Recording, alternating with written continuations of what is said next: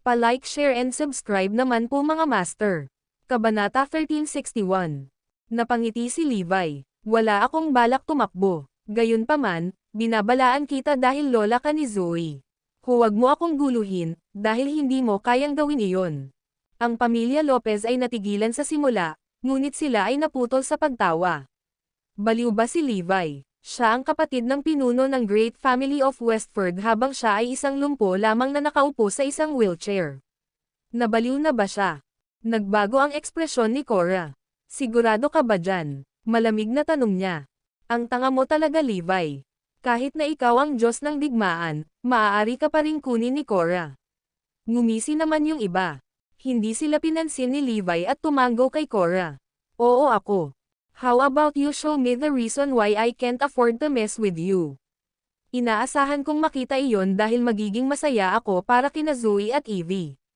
Napatitig siya kay Levi. Kung hindi mo kaya, hindi lang kita parurusahan, hindi mo na sila makikitang dalawa. Biglang napalitan ng galit ang tono ni Cora. Nag-isip sandali si Levi at sumagot, sa loob ng 3 buwan, pupunta ako at sasanduan sina Evie at Zoe. Tapos, papaaminin kitang talo. Nangako siya sa mga Dragonites na kakalagkarin niya ang kadiliman sa loob ng Erudia sa loob ng 3 buwan. Kaya, dahil magiging lubhang mapanganib ang mga bagay sa susunod na 3 buwan, talagang mas ligtas para kay Zoe at for Livia na manatili sa tabi ni Cora. Protektahan sila ng Great Family of Westford, kasama ang sarili niyang mga tauhan. Hindi sila maaaring maging mas ligtas sa ilalim ng 2 layer ng proteksyon. Kailangan kong maging matyaga para sa kinabukasan ni Erudia at sa akin. Aalisin ko ang sinuman o anumang bagay na nagbabanta sa kapayapaan ng Erudia sa loob ng 3 buwan. Aalisin ko ang lahat ng ugat ng kasamaang mahahanap ko.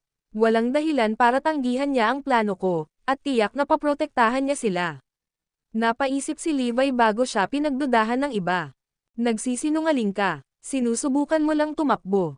Kusa kang nagtakda ng deadline kaya papayagan ka na namin ngayon. Mangarap pa. Huwag mong isipin ang pagtakas ngayon. Inakala ng pamilya Lopez na sinusubukan niyang gumamit ng dahilan para umalis. Na-curious si Cora. Oh, sa tingin mo magagawa mong maging God of War muli pagkatapos ng 3 buwan? Kung magagawa ko iyon, magkakaroon ako ng karapatang makipag-usap sa Great Family of Westford. Confident na sabi ni Levi.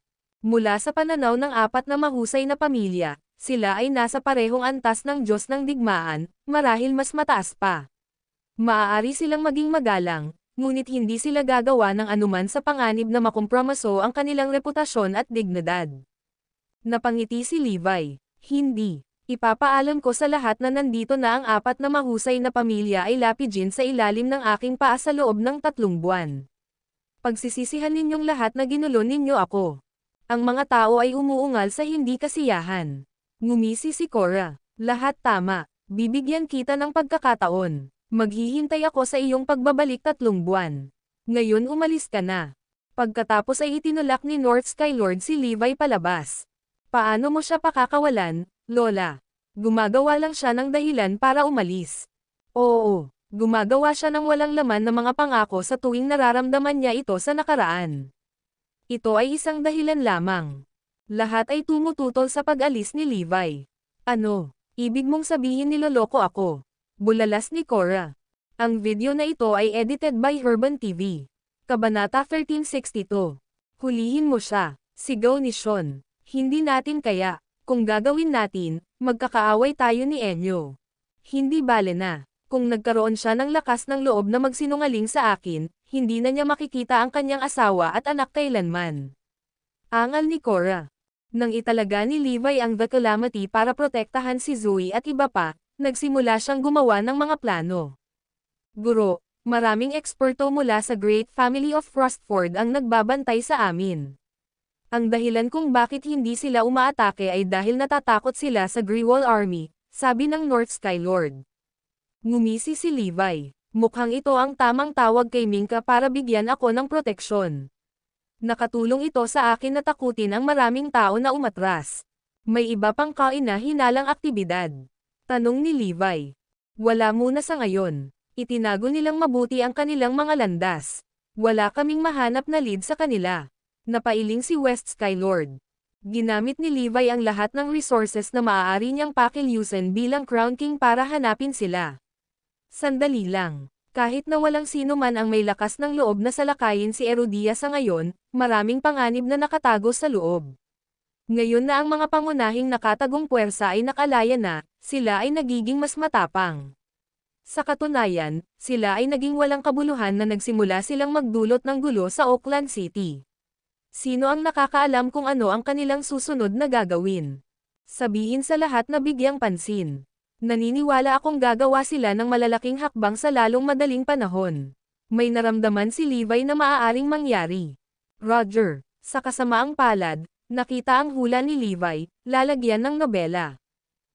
Sa kasalukuyang sandali, sa tuwing gustong malaman ni Windsor ang kasalukuyang kalagayan ni Levi, tatanungin niya si Minka. Iminungkahi ni Minka na magkita silang dalawa sa halip na mag-usap sa telepono, dahil naniniwala siyang mas madaling pag-usapan ang mga bagay sa harapan. Kung tutuusin, pareho nilang gustong makabawi si Levi sa lalong madaling panahon. Ang kanilang mga layunin ay pareho. Nagpasya silang dalawa na magkita sa Northampton. Confirmed na ang location ni na Windsor at Minka. Magkikita sila sa Paradise Villa bukas. Maghanda upang gumawa ng isang hakbang. Dapat tayong magtagumpay. Ang pagkabigo ay hindi isang opsyon. Gamitin ang lahat ng mga hinaharap na mayroon tayo upang aisil ang Northampton. Hindi ako naniniwala na may iligtas ng Crown King ang dalawang iyon mula sa libu-libong milya ang layo. Sa pagkakataong ito, ipapaalam natin kay Erudia ang kapangyarihan ng The Avengers. Inakala ng lahat na ang Crown King ay nasa Hilaga. Iyon ang sinabi sa kanila ng kanilang intel. Kaya naman, walang aasahan na sila ay gagawa ng hakbang sa oras. Ito ay iba sa gene therapy drug operation. Sa oras na iyon, handa na ang mga Dragonites, kaya naman nagpakita silang kasama ang Crown King. Ang mga bagay ay naiiba para sa kanilang susunod na operasyon. Kung tutuusin, walang mag-aasam ng pagtatangkang pagpatay kay Azure at Enyo ng sabay. Maging si Levi ay hindi mahuhulaan na sila ay baliw na sapat upang hilahin ang pagbitay sa Azure at Enyo ni Erudia. Sa loob ng isang gabi, dumagsa ang mga ekspertong mamamatay tao sa Northampton. Ang nakakatakot na bahagi ay ang lugar ay nakalok ng tahimik. Walang makakapasok, malinaw na napakalakas ng The Avengers at maraming hitsura. Naglagay din sila ng isang bungkos ng mga bitay sa loob ng Paradise Villa. Hinihintay na lang nilang dumating sina Windsor at Minka. Kinabukasan, ang dalawa sa kanila ay dumating sa Northampton. Habang unti-unting gumagaling si Levi, nagpasya ang dalawa na magkita para pag-usapan ang diskarte. Si Minka ang unang dumating sa Paradise Villa. Tapos, si Windsor. Parehong hindi napansin na may mali. Handa, si Enyo at Azure ay mamamatay ngayon. Ang video na ito ay edited by Herban TV. Kabanata 1363. Sina Windsor at Minka ay ganap na nakalimot sa katotohanan na sila ay nahulog sa isang bitag. Ipinakita nito kung gaano nakakatakot ang The Avengers. Maging silang dalawa ay walang madetect. Pareho silang alerto sa kanilang paligid, ngunit hindi nila inaasahan na may mababaliw na magpapapatay sa kanilang dalawa ng sabay-sabay sa kanilang karera. Bantayan ang mga pinto, utos ni Minka at Windsor. Ang Azure Trio ni Windsor at ang apat na babaeng hari ng digmaan ni Minka ay nagbabantay sa pinto. Ang estado ng pinsala ni Levi ay medyo mahirap. Pagkatapos ay nagsimulang talakayin ang dalawa kung paano mapapagaling si Levi sa lalong panahon, lalagyan ng nobela. Habang nag-uusap ang kanilang mga amo, nag-uusap din ang mga nagbabantay sa mga pinto. Hindi ko maintindihan. Natalo na si Levi sa amo, pero gusto pa rin niyang ipaglaban. Hindi ko rin maintindihan. Dahil lang ba talaga sa sinabi ni Enyo na naniniwala siya kay Levi? Ngumiti ang mga babae. Hindi rin namin naiintindihan noong una. Pagkatapos naming maghukay sa sarili namin, maaaring dahil sa nararamdaman. Feelings. Nagbago ang ekspresyon ng Azure Trio pagkatapos nilang mag-isip kung ano. Dahil gusto ba ni Windsor si Minka, at gusto ni Minka si Levi. Maghintay lang ng saglit, parang may hindi tama. Naramdaman ni Bolgan na may sira. Anong mali? Tanong ng iba. Hindi mo ba iniisip na ang lugar na ito ay masyadong tahimik? Masyadong kainahinala ang atmosphere dito. Matamang pinagmamasdan ni Bolgan ang paligid. Tama ka, napakaraming tao dito. Saan sila nagpunta lahat? Hindi ko mapapansin kung hindi mo babanggitin. Mag-ingat kayong lahat. Nagmamadaling pumasok si Zar sa silid at ipinaalam kina Windsor at Minka ang sitwasyon. Ano? Natigilan ang dalawa. Tapos, ngumiti si Windsor. Masyado kayong nag-aalala. Ito ang Northampton. Walang panganib dito. At saka, sino ang maaaring makapinsala sa atin? Ako ang Diyos ng digmaan. Ang sino mang nakakaalam ng aking pangalan ay malalaman na hindi nila ako matatakot. Buong kumpiyansa sa isip ni Windsor. I guess totoo yun. At saka, anong uri ng panganib ang maaaring makapinsala sa atin? Napangiti si Minka. Sa kanilang opinyon, ang kanilang pag-iral ay hindi naiiba sa isang Diyos. Not to mention, they were on their turf, kaya walang makakasira sa kanila. Bang! Nang matapos siya, ang buong gusali ay tinamaan ng isang nakakatakot na pagsabog at agad na gumuho. Mabilis na nakatakas ang tatlo sa gusali bago sila inilibing sa ilalim ng mga guho. Binalik ni na Windsor at Minka ang gumuhong gusali na may mapupulang mukha. Usok at alikabok ang umuusok sa mga guho sa harapan nila. Alerto! Alerto! Sigaw nila. Walang sino man ang umasa ng ganitong panganib na nakatago sa Paradise Villa. Pagkatapos, nakarinig sila ng sigawan at maraming yabag. Ang buong villa ay mabilis na napalibutan ng walang katotohanan na dami ng nakamaskara na mga salarin na naglalayong kunin ang buhay ni na Windsor at Minka. Si Windsor, Minka, at ang iba pa ay tumingin sa mga napakahusay na asasin na may gulat. Talaga bang may mga taong nagtatangkang pumatay sa amin? Imposible yan. Ito ay kabalbalan. Hindi ba nila alam kung sino tayo? Umungol si Windsor, sino kayong mga tao? Anong gusto mo? Hindi mo ba alam kung sino ako? Ngumisi ang kalaban nila, Windsor and Minka. Pareho kayong mamamatay dito ngayon. Patayin sila. Ang video na ito ay edited by Herban TV. Kabanata 1364. Ano? Patayin kami. Nawalan na ba kayong lahat? Hindi maintindihan ni na Windsor at Minka kung bakit may gustong sumubok at patayin sila. May death wish ka ba? Siyempre, lahat ng ito ay salamat kay Levi at sa kanyang pinakabagong mga aktibidad. Ito ay isang lihim na utos na walang nakakaalam, kabilang sila. Ang pinuno ng The Avengers, ang Golden Mask, ay nagutos, patayin si Windsor at Minka ngayon. Pagkatapos ay sinugod sila ng mga salarin, umaasang tapusin ang labanan sa lalong madaling panahon. Sa tingin mo ba, kahit sino sa inyo ang makakapatay sa akin ng ganoon kadali?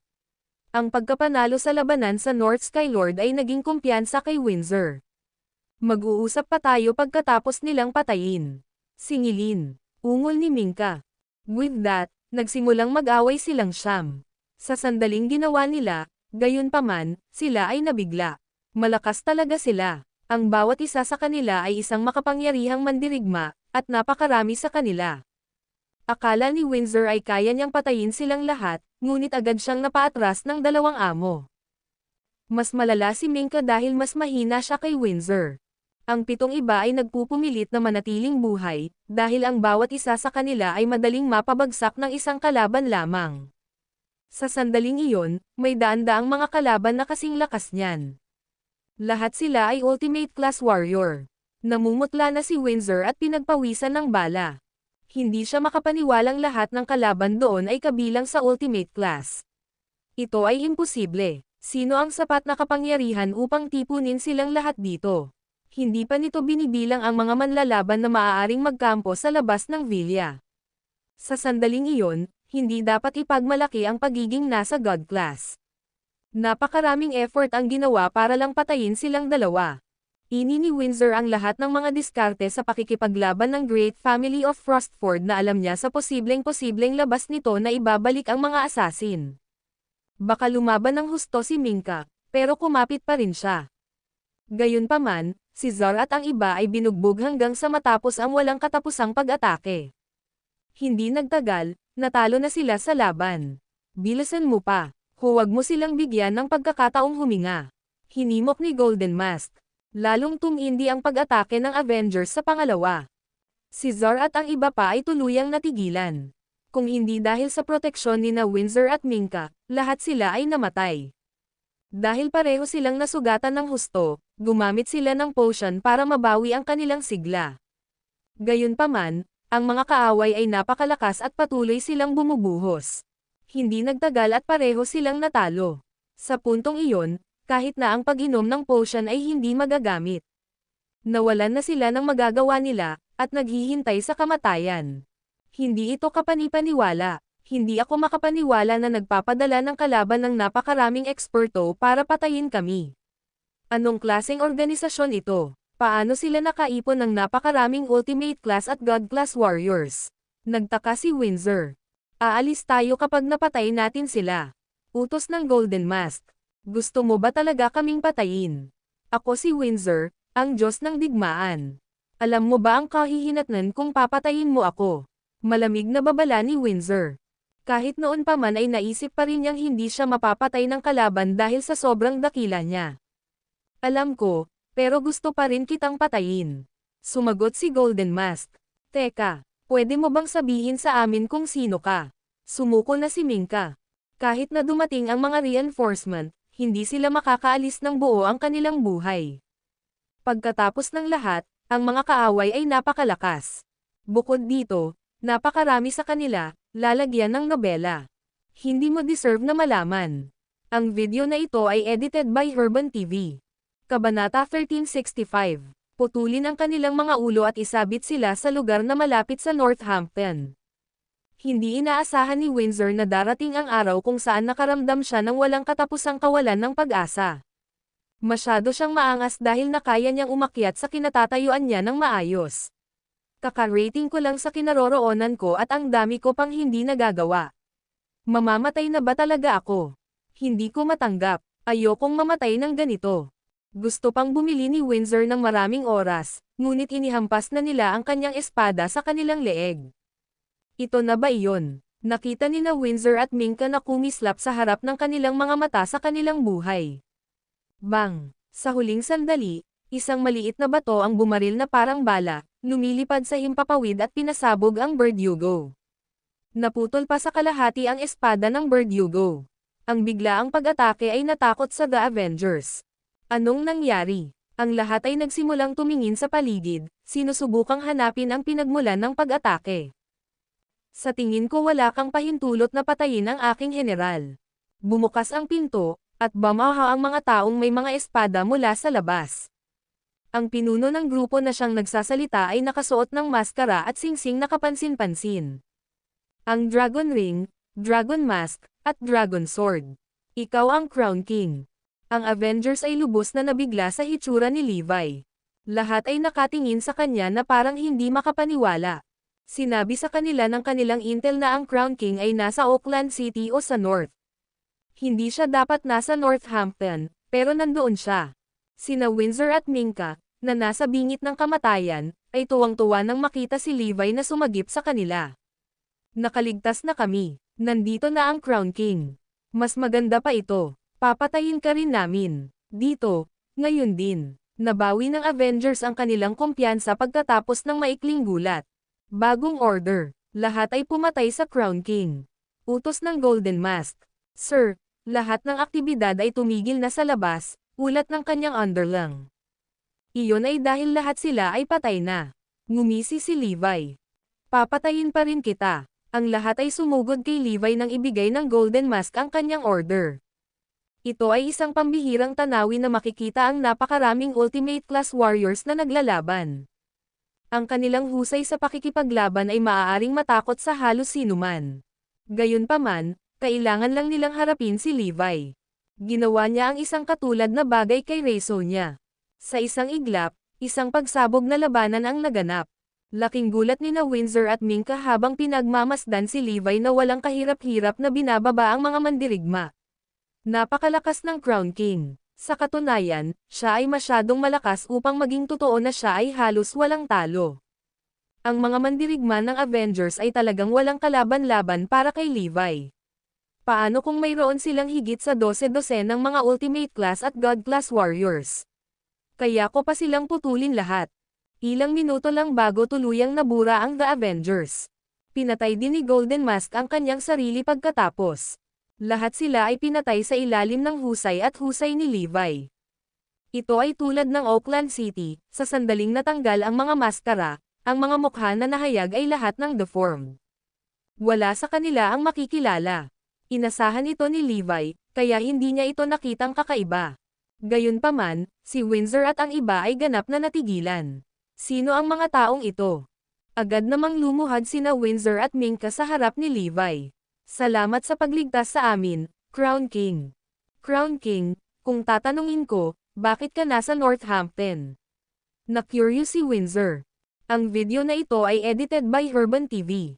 Kabanata 1366. Kung hindi dahil kay Levi, si Windsor ay namatay ng malungkot. Hindi mapapansin ni Levi ang plano ng The Avengers kung hindi nila ikinukulong ang buong Northampton. Kahit na sila ay tahimik, hindi sila nakaligtas sa paningin ni Levi dahil ang The Calamity ay may mga mata sa buong lugar. Sa sandaling kumilos ang The Avengers, alam ni Levi na may nangyayari. Kung nangyari ito sa ibang lugar, hindi makakarating si Levi sa oras.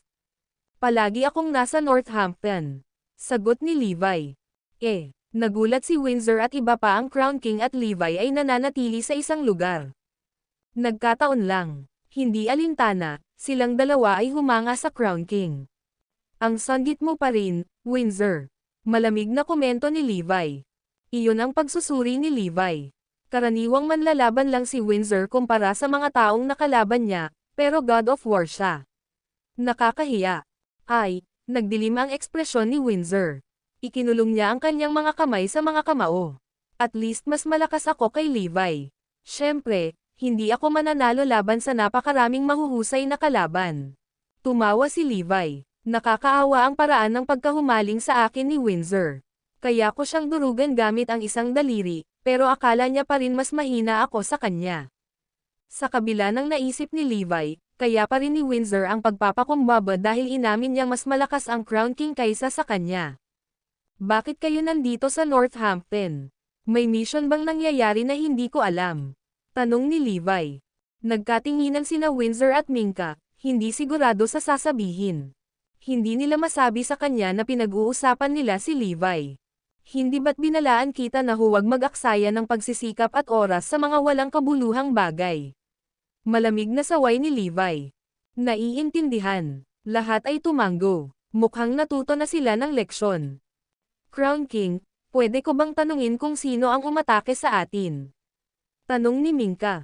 Wala itong kinalaman sa iyo. Huwag ka ng maraming tanong. Bilin ni Levi. Si Windsor at ang iba pa ay umalis na. Kailangan nating mag-ingat sa susunod. Hindi ligtas si Erudia. Napabuntong hininga si Windsor. Sino ba mag-aakalang, nanginginig si Minka. Ngayon alam ko na kung gaano ako kaina. Kailangan kong sanayin ang aking sarili na maging mas malakas. Kahit na hindi ko kalaban si Levi, kailangan kong manalo muli sa kanya. Nagningning ang mga mata ni Windsor. Sa wakas ay nagpakita na sila, guro. Ito ay salamat sa kanilang lihim na paglock ng Northampton na sa wakas ay nakuha namin ang pangunguna na kailangan namin. Bulalas ni West Skylord. Napangiti si Levi. Alam ko, sa pagkakataong ito, ang nakitang pagkakamali ay ang paglipat sa Northampton. Sabihin sa lahat na subaybayan sila. Hindi inaasahan ng Avengers na may mag-crash sa party. Muli, nabigo ang kanilang plano. Gayunpaman, ang balita sa nakaraang panahon ay ang muling pagpapakita ni Thierry Langston, ang pinuno ng Great Family of Westford. Malapit na siyang makarating sa Pamilya Lopez. Muli, itataas ang katayuan ng Pamilya Lopez. Sila ay hindi sinasadyang naging pamilyar kay Erudia. Maging ang pamilyang Garrison ay hindi na makalaban sa kanila ngayon. Zoe, gustong makilala ka ng kapatid ko. Lalong magiging marangal ang iyong katayuan habang lumilipas ang panahon. Sa lalong madaling panahon, ikaw ay magiging isang taong hinding-hindi inaasahan ni Levi na makakapareha. Ang video na ito ay edited by Urban TV. Kabanata 1367. Ang iba pang tatlong malalaking pamilya ay nagiging hindi mapakali. Nagdulot ng maraming kaguluhan ang muling pagpapakita ni Thierry. Sa panig ni Levi, inutusan pa rin niya ang kanyang mga tauhan na subaybayan ang The Avengers. Naglalakad-lakad siya sa tabi ng isang lawa sa Northampton. Sinundan siya ni West Skylord at ilang iba pa. Sinabi sa amin ng aming mga pinuno na isang prinsipe mula sa Zarain ay may malapit na pakikipag-ugnayan sa kanila. Ang iba ay naghahanap pa rin ng higit pang mga pahiwatig. Ipinahayag ng West Skylord. Zarain. Kinagat ni Levi ang kanyang mga ngipin. Nag-alab ang galit niya nang marinig ang pangalan. Si Levi ay nagdusa sa ilalim ng kanilang mga kamay noon. Sila ay isang grupo ng mga kasuklam-suklam na tao na kilala sa kanilang mga panlilinlang. Gagawin nila ang lahat para makuha ang gusto nila. Nagkaroon ng masaker sa mga hangganan na nakaugnay sa kanila. 115 mga tauhan ni Levi ang pinahirapan at pinatay ng hukbo ng Zarain. Wala siyang dinadala kundi ang pagkamuhi sa grupong iyon ng mga tao. Gayunpaman, talagang tinakpan ni Zarain ang kanilang mga landas, kaya walang ebidensya na nagmumungkahi na ginawa nila ito. Alam talaga ni Levi na sila iyon, ngunit hindi niya ito mapatunayan. Sa oras na iyon, hindi niya pinansin ang kanyang mga utos at pinatay ang kanyang paraan sa Zarain para sa paghihiganti. Muntik na siyang matanggal sa trabaho. Sa huli, wala siyang nagawa kundi hayaan silang makatakas sa krimen, dahil walang matibay na patunay na papanagutan sila. Parang nagsasama-sama ang mga ibon ng balahibo. Hanapin sila. Gusto kong malaman kung saan sila nagtatago. Umungol si Levi. Hindi siya magdadalawang isip na maghiganti kung may dahilan siya. Naiintindihan. Bulalas ng iba. Maglalakad pa ako ng isang ikot dito. Bumalik muna kayong lahat, utos niya. Nasira ang mood ni Levi sa pagbanggit kay Zarain. Ang tagal kong hinintay ang araw na ito, pero wala pa rin akong dahilan para kumilos. Nagtataka ako kung sino ang nag-o-orchestra sa lahat ng mga pagpatay. Sana, kapag nahuli na natin ang The Avengers, mahuli rin natin ang mga makasalanan sa Zarain. Hindi nagtagal ay inikat ni Levi ang buong lawa at nakarating sa isang magandang lugar.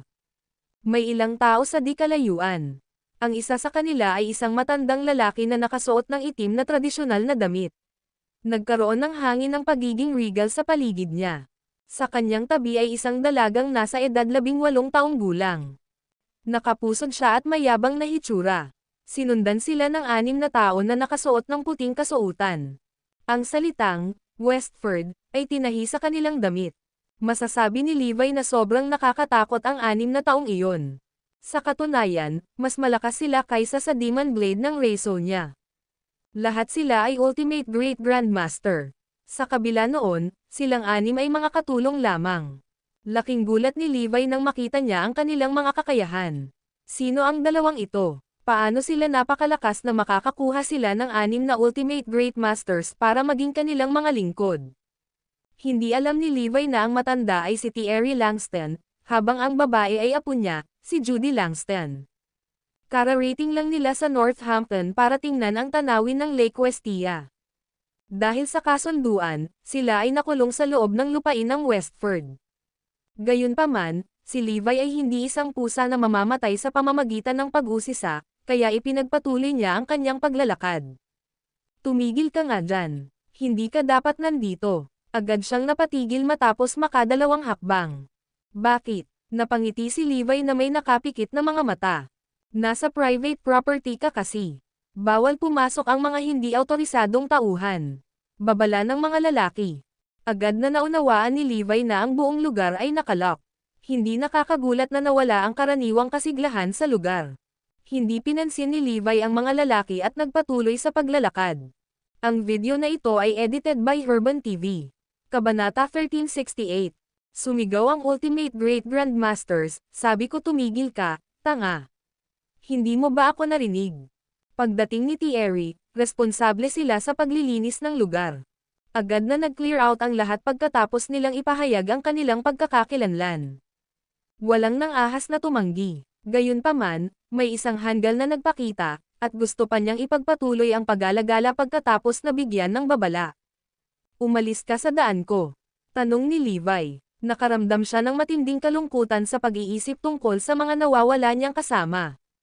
At ang mga lalaking iyon ay nakakainis sa kanya. Hindi mo ba alam kung sino kami? We are. Nais nilang takutin si Levi sa pamamagitan ng pagsisiwalat ng kanilang pagkakakilanlan, ngunit agad silang itinulak sa tabi niya. Ayokong malaman. Sigaw ni Levi. Laking gulat ng mga lalaki sa napakadali niyang itinulak palayo. Sakupin mo siya, sigaw nila. Hindi nagtagal, lumabas ang mga bihasang bodyguard na nagtatago sa mga anino upang pigilan si Levi sa paglalakad pa. Umalis ka sa harapan ko kung ayaw mong mamatay. Umungol si Levi. Mayroon kang lakas ng loob na maging isang walang pakundangan na tanga sa harap ng Great Family of Westford. Naghahanap ka ba ng away? Bulalas ng isa sa mga bodyguard. Iyon mismo ang gagawin ko ngayon. Agad namang sinugod ni Levi ang mga bodyguard. Ang kanyang mga suntok ay mabangis at hindi nakalampas sa target. Hindi nagtagal at natalo niya ang lahat. Ang kaguluhan ay kalaunan ay napansin ni Thierry at ng kanyang apo. Hindi inaasahan ng dalawa na may magdudulot ng gulo kaagad pagkatapos nilang muling lumitaw. Naroon pa rin ang ganyang walang pakundangan na tanga sa mundong ito. May lakas siya ng loob na takasan ako. Matigas na wika ni Thierry. Ano ang nangyayari? Nagsimulang magkukumpulan ang mga tao sa paligid ni Thierry. Nakatitig si Judy kay Levi gamit ang magagandang mata. Guro, ang tandang iyon ay tumanggi na makinig sa amin at nais na sumakay dito. Naging malamig ang ekspresyon ni Thierry. Master, mabilis na yumoko ang mga tao ng Great Family of Westford na may takot na ekspresyon. Natatakot sila na magalit si Thierry.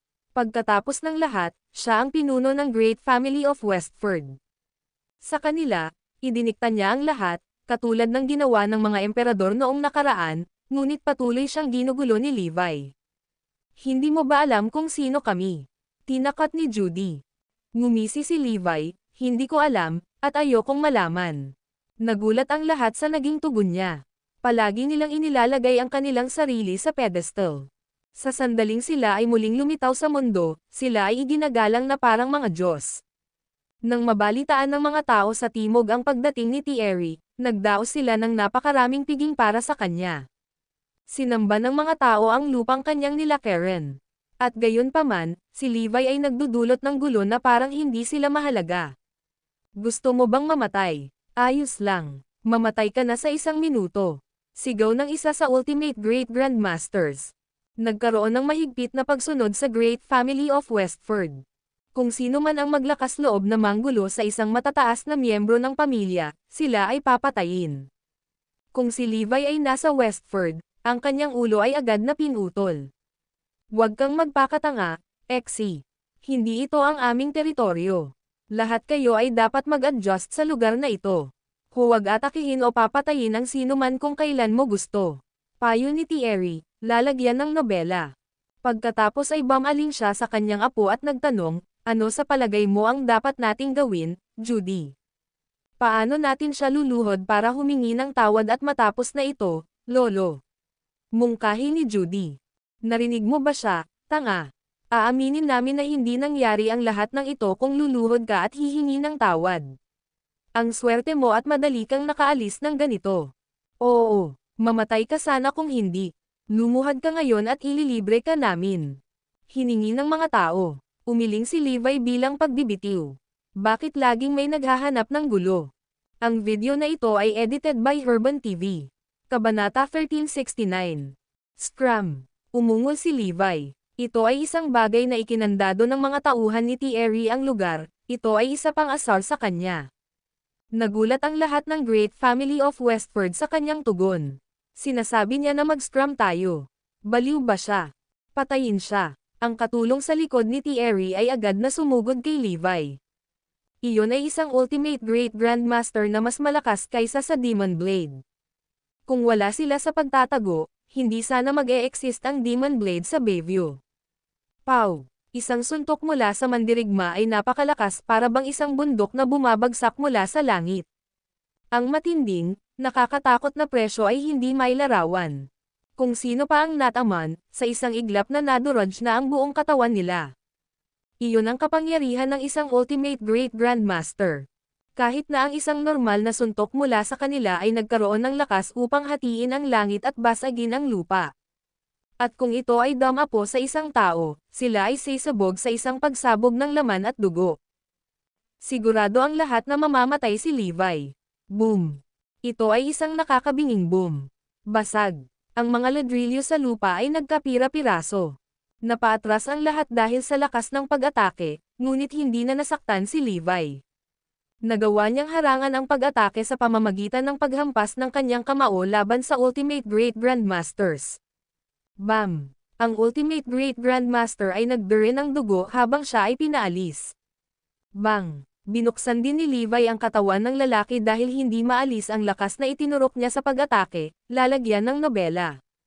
Laking gulat ng lahat. Nanlaki ang mga mata nila na malapit nang lumabas ang mga eyeballs nila.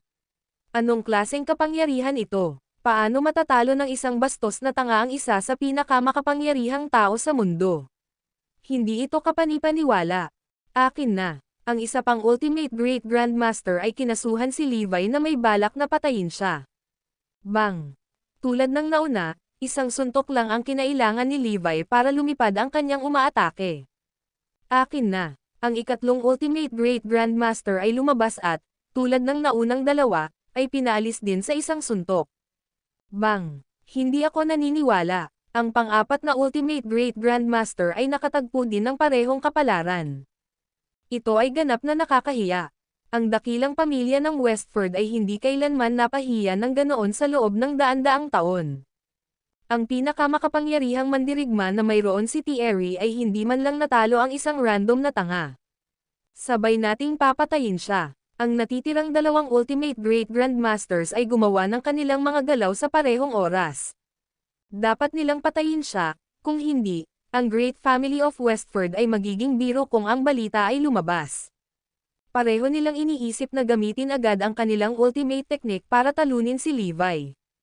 Gayunpaman, tulad ng kanilang mga katapat, dalawang mapurol na suntok lang ang kinuha mula sa kanya para tumugma sa kanilang ultimate techniques. Bam! Bam! Sa isang iglap, ang natitirang dalawang master ay pinaalis na. Damanak ang dugo sa buong lupa. Lahat ng 6 na Ultimate Great Grandmasters ay nakahandusay sa lupa. Lahat ay lubos na natakot kay Levi. Sino ang lalaking ito? Lalaki ba talaga siya o multo? Paano posible na ang gayong malakas na tao ay umiiral sa makabago at makamundong-mundong ito? Not to mention, bata pa siya. Ito ay simpleng hindi maisip. Ang mahusay na pamilya ng Westford ay may hindi mabilang na mga kababalaghan na maaaring kalabanan ang lakas ng Ultimate Great Grandmaster, ngunit walang makakatalo ng 6 sa napakahirap na paraan. Malamig na tinitigan ni Levi sina Thierry at Judy. Gusto mo pa bang lumuhad ako at humingi ng tawad? Ang video na ito ay edited by Herban TV. Kabanata 1370. Ito, nagulat ang lahat. Walang nag-aakala na ang isang binata ay magiging ganoon kalakas. Tao rin ba siya? Hindi nila inaasahan na makakatagpo sila ng ganoong kakilakilabot na puwersa. Kahit 6 na Ultimate Great Grandmasters ay natalo niya. Oo, at tila halos hindi niya itinaas ang isang daliri. Talagang lumalabag ang kanyang mga kakayahan sa mga batas ng mundong ito. Sa tingin ko, ang tanging makakapantay sa antas ng kanyang kakayahan ay ang 5 dragons ng Erudia noong kabataan nila, bulalas ni Thierry. Alam ng lahat na ang 5 dragons ng Erudia ay halos hindi magaganap. Kung ikukumpara sa mga nakatagong puwersa na iyon, ang 5 taong iyon ay maaaring magpakita alang sa kaitaasan ng mundo ng martial arts. Kahit ang 4 na mahusay na pamilya ay hindi nila katugma. Sila ay mga alamat. Matapos makilala si Levi ay agad silang naalala ni Thierry. Hindi niya inaasahan na may sino mang kasing galing ng 5 Dragons of Erudia. Kahit na matapos ang napakaraming taon, ang 4 na mahusay na pamilya ay hindi nakapag-ayos ng 5 disipulo na maaaring pumalit sa lalaking iyon, lalagyan ng nobela. Dahil dito, tila hindi kapanipaniwala na ang isang lalaking tulad ni Levi ay umiral sa mundo. Ang mas nakakatakot ay si Levi ay hindi lamang husay ng 5 dragons ng Erudia, ngunit ang kanyang mga kakayahan ay higit pa sa kanila. Hindi makapaniwalang nakatingin si Judy sa lalaki. Walang kulang sa mga talento sa 4 na mahusay na pamilya at may iilan sa kanila na lalong hinangaan ni Judy. Gayunpaman, ito ang unang pagkakataon na nakita niya ang isang katulad ni Levi. Masyado siyang malakas. Sa katunayan, napakalakas ni Levi kaya kahit si Judy, na karaniwang mapagmataas, ay hindi maiwasang mamangha sa kanyang mga kakayahan. Ngunit isa lamang siyang ordinaryong tao mula sa makamundo-mundo. Mayroon pa bang ibang tao mula sa Great Family of Westford na gustong subukang labanan ako? Tanong ni Levi habang inililibot ang tingin sa karamihan. Gayunpaman, walang kahit isang tao, kabilang si Thierry, ang nangahas na tumingin kay Levi. Walang sino man ang naglakas loob na kunin siya. Binata, ang lahat ng ito ay hindi pagkakaunawaan. Magaling kami. Hindi na kailangang magpatuloy sa pakikipaglaban. Sa wakas ay sumuko na si Thierry. Sang-ayon kay Thierry, idinagdag ni Judy, exactly. Walang away sa pagitan namin. Hindi natin kailangang maging napakaaway sa isa't isa. Ngumisi si Levi. Misunderstanding lang. Walang awa yan. Hindi ba gusto mo akong bitag at hinahabol ang buhay ko? Paano iyon isang hindi pagkakaunawaan? Kami. Walang imak ang lahat ng humarap sa paghaharap ni Levi. Talagang nagkakamali tayo. Hihingi ako ng paumanhin sa iyo sa ngalan ng Great Family of Westford. Mr. Garrison, kung mayroon kaming magagawa para sa iyo upang mabayaran ang aming pagkakamali, mangyaring ipaalam sa amin at ikalulugod naming gawin ito. Walang umasa na hihingi ng tawad si Thierry. Maging si Judy ay bakas sa kanyang mukha ang hindi makapaniwala. Si Thierry ay mas may kaalaman at nakakita ng higit sa sinuman sa iba pang mga taong naruroon. Matapos marinig ang paghingi ng tawad ng lalaki, alam ng iba na minaliit nila ang opinyon ni Thierry kay Levi, pati na rin ang halaga ni Levi. Isang magandang hakbang sa panig ni Thierry ang paghingi ng tawad kay Levi, kung hindi, tiyak na itutuloy pa ni Levi ang bagay na iyon. Kahit ano, kukunin ko na natutunan mo ang iyong pagkakamali, kung gayon. Huwag mo na lang akong makitang muli. Tumalikod na si Levi at aalis na sana pagkasabi nun. Pakitigil, Mr. Garrison. Please wag ka munang umalis. Tinawag ni Thierry si Levi habang sumusugod ito sa harapan niya, na pinipigilan ang lalaki sa pag-alis. Anong problema? Kumunat ang noo ni Levi. Ginoo, Garrison, ako si Thierry Langston, ang pinuno ng Great Family of Westford. Sigurado akong isang pambihirang tao na tulad mo ay nakarinig na tungkol sa apat na mahusay na pamilya, tama ba? Tanong ni Thierry. Oo, meron ako, Ginoo. Garrison, bilang pinuno ng pamilya, nais kong anyayahan ka na maging bahagi ng aming dakilang pamilya ng Westford. Ipinapangako ko na kung sasama ka sa amin, ang iyong kapangyarihan ay magiging pangalawa lamang sa akin. Sa hinaharap, maibibigay ko pa ang pamilya sa iyo. Masiyahan ka sa lahat ng mga kahit anong ipinagkaloob na gawin mo, susuportahan ka rin ng pamilya. Walang sino man ang umasa na gagawin ni Thierry ang ganoong pangako kay Levi. Hindi sila makapaniwala na inalok pa niya sa lalaki ang posisyon ng pangalawang in-command ng pamilya. Gayunpaman, ang hindi naintindihan ng iba ay ang pagkauhaw ni Thierry sa isang talento tulad ni Levi. Hanggat pumayag si Levi na maging bahagi ng Great Family of Westford, agad na babangon ang pamilya upang maging pinuno ng 4 great families. Ang video na ito ay edited by Herban TV. Kabanata 1371. Matagal nang pinangarap ni Thierry iyon. Sa kasalukuyan, ang Great Family of Westford ay pinakamahina sa 4 great families. Gayunpaman, tiyak na magbabago ang mga bagay kapag sumama si Levi sa kanila. Dahil dito, kinailangan ni Thierry na gumamit ng anumang paraan na maaari niyang makuha si Levi na sumali sa kanyang panig. Sa paligid ni Levi, tiwala siya sa susunod na siglo, o kahit ilang siglo, ang Great Family of Westford ang maghahari. Nanatiling nakayuko si Thierry habang hinihintay ang sagot ni Levi, lalagyan ng nobela. Halos hindi makapaniwala ang ibang miyembro ng pamilya sa kanilang nakikita dahil hindi pa nila nakitang yumuyuko si Thierry sa sinuman. Ginoo, Garrison, basta pumayag kang sumama sa amin, papayag ako sa anumang kondisyon na mayroon ka para ipakita ang aming kasalanan. Ang akala ng lahat ay walang sino man ang makatatanggi sa mga kaakit-akit na termino na iniaalok ni Thierry. Gayunpaman, tumangala si Levi nang may panunuya at sumagot, hindi ako interesado. Pagkasabi niyon ay tumalikod na siya para umalis, na nagpagulong-gulong kay Thierry. Ginoo, Garrison, mangyaring muling-muling alang. Huwag ka pa umalis. Pag-usapan natin ito muli. Papayag ako sa anumang pagkakataong mangyari. Isa pang kalokohan mula sa inyo at papatayin ko kayong lahat. Pinutol ni Levi si Thierry, nagpakawala ng nakamamatay na aura. Sa sandaling iyon, ang una ay mukhang isang demonyo mula sa impyerno.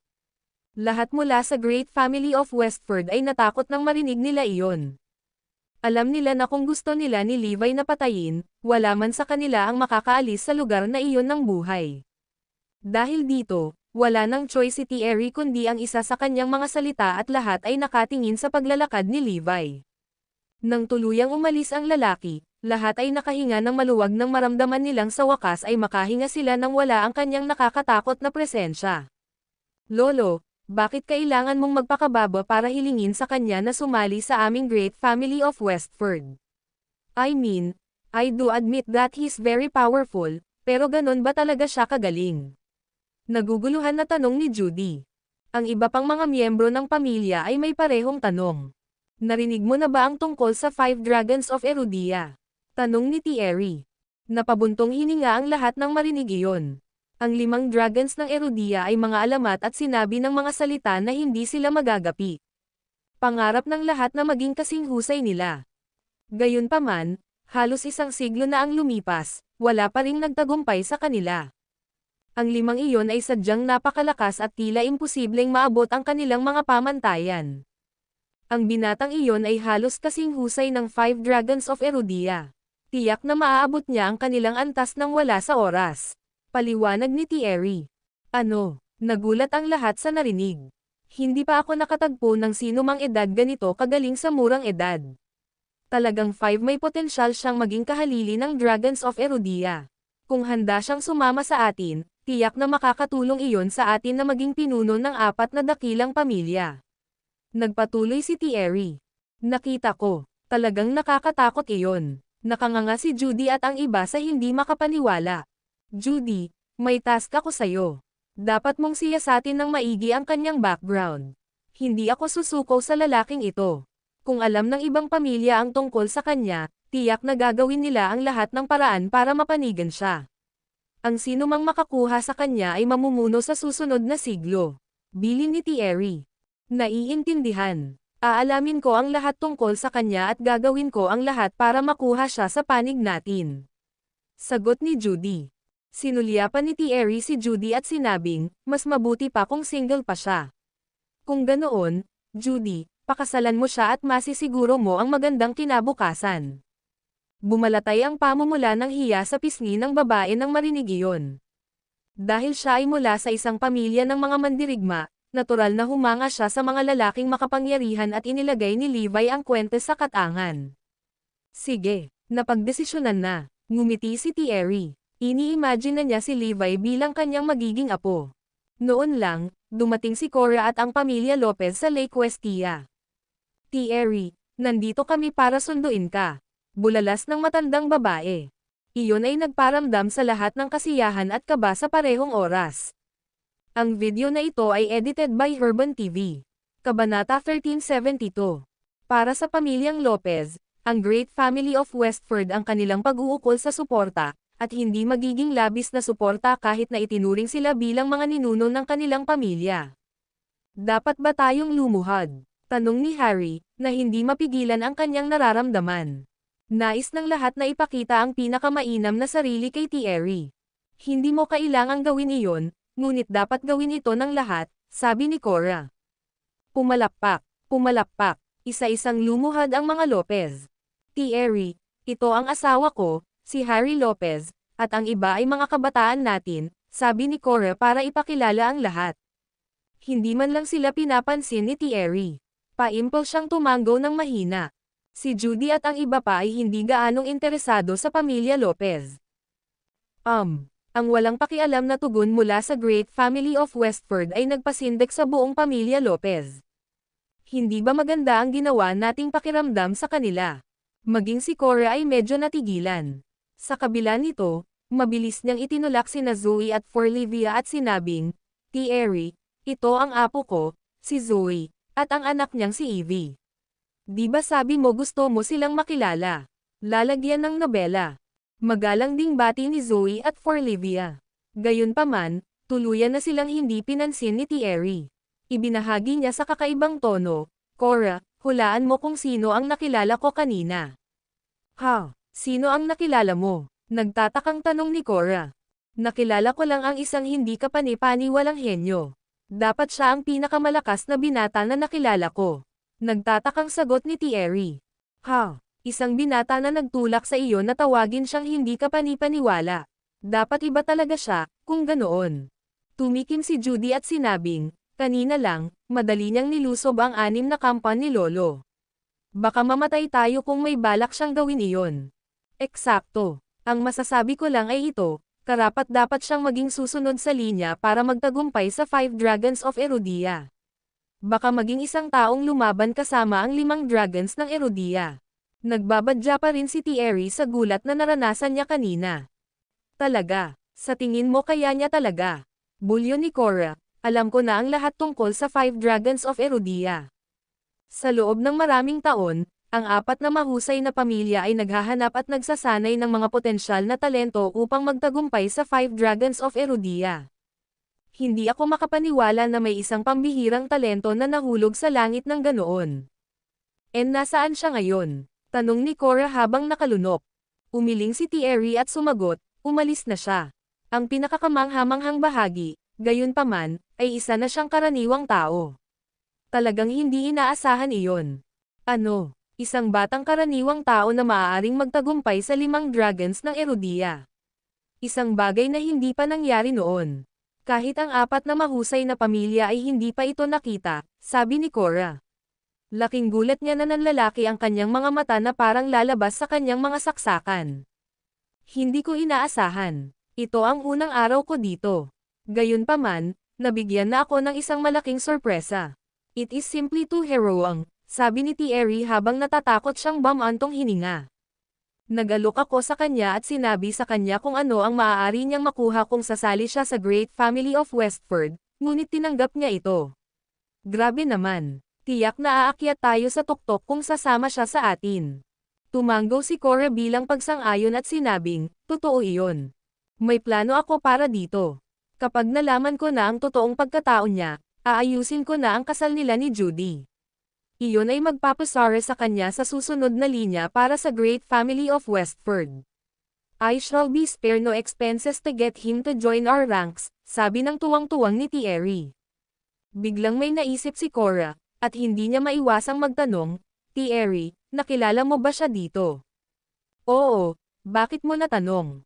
Bueno, kung ganoon nga, hulaan ko na siya ay taga Northampton o dito nakatira, sabi ni Cora habang lumingon sa iba pang mga Lopez at itinuro, itap ang iyong mga kontak. Baka may alam sila tungkol sa lalaki, at matutulungan namin siyang mahanap. Nasample ni Thierry ang kanyang noo nang malaman niya ang ginagawa ni Cora. Sagot niya, tama ka. Kaya, may kilala ba kayong hindi kapani-paniwalang henyo na naninirahan dito? Siya ay halos ganito katangkad, at hindi siya maaaring higit sa 30. Inilarawan ni Thierry at ng iba pa ang hitsura ni Levi sa mga Lopez. Nagulat ang lahat, at bamulong sila, bakit parang si Levi ang katunog ng Dud. Ang video na ito ay edited by Herban TV. Kabanata 1373. Si Daddy naman. Inuna nila si Daddy. Yaya ni Forlivia habang pumapalakpak. Maging si Zoe ay naisip na ang paglalarawan ni Thierry ay tugma kay Levi. Naka-wheelchair ba ang lalaki? Curious na tanong ni Zoe. Umiling si Thierry at sumagot, hindi. Walang paraan ang isang makapangyarihang tao na tulad nito ay kailangang gumamit ng wheelchair. Oh, kung gayon hindi siya maaaring iyon, bulong ni Zoe. Una, nasa wheelchair si Levi. Pangalawa, walang paraan na pumunta si Levi sa isang lugar tulad ng Lake Westia. Maayos ang pangangatwiran niya dahil hindi niya mahulaan na personal na dadaan si Levi sa lugar para maiwasang madetect ang mga tauhan ni Minka at makuha ang ulat mula sa West Skylord. Talagang natakot sa akin iyon. Naisip ko na baka si Levi lang talaga doon, sabi ni Harry at ng iba pa habang huminga sila ng malalim. Grabe ang kahihinatnan kung ang taong iyon ay si Levi. Si Thierry ay tulad ng Diyos sa pamilya Lopez. Ang kailangan lang ay isang salita mula sa kanya, at ang ranggo ng pamilya ay tataas sa tuktok ng Erudia. Ang taong inilarawan ni Thierry ay hindi kapanipaniwala na gusto ni Harry na kunin din ang mga lalaki na sumama sa kanila. Hindi ko maisip kung anong klaseng lalaki siya.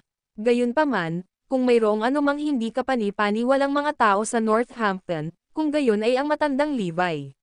Siya ang dating Diyos ng digmaan, kung tutuusin, sagot ni Harry. Wala akong narinig na ibang tao na ganoon kalakas. Narinig ko ang tungkol sa isang bulong-bulungan kanina, bagaman. Mukhang dito mismo sa Northampton ang headquarter ng Calamity.